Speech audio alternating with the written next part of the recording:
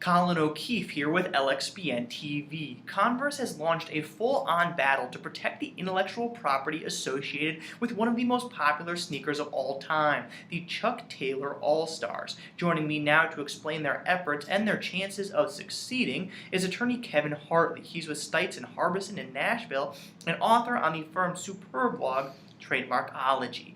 Kevin, first off, can you explain to us just how comprehensive this litigation is? It really seems like they are going all out to protect the look of the shoe.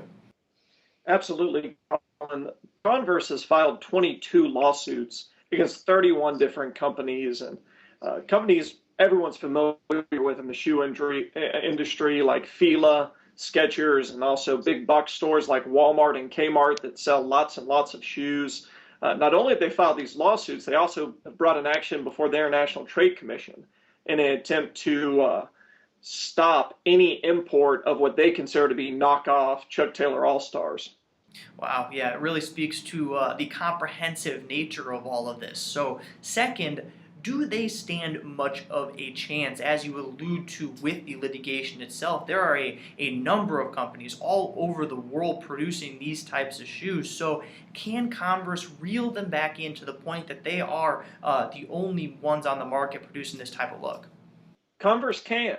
It will be difficult, but they certainly can do it, and there's precedent for that. In fact, in 2011, Christian Louboutin filed a lawsuit against Yves Saint Laurent related to its pump shoe with the red sole, an iconic image many people know well, and ultimately succeeded in that case where a judge ruled that Louboutin could have a trademark on that red sole design.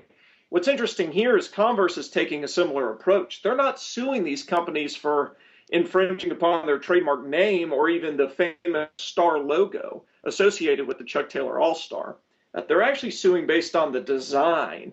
What that means is ultimately Converse will need to prove that when people see black stripes on soles of a shoe and a rubber toe cap, that what they think about is Converse.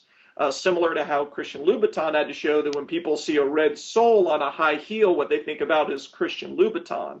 What Converse has going in their favor is they've sold 1 billion, they claim, of these shoes since the early 1900s. It's obviously a very famous and iconic brand and image.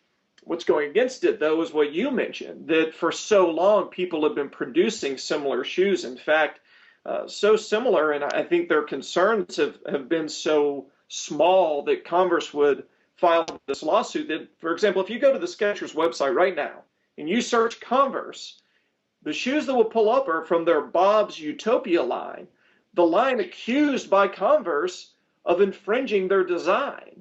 So the companies know that they're marketing a similar style shoe, and they've been doing it for so long, there is a risk that the court will find the mark generic, a term of art we use and we write about a lot on our website. And we all know famous examples of generic marks like aspirin start out as a brand, and everyone associates the product with the name so much that it becomes generic. And that's the real risk here.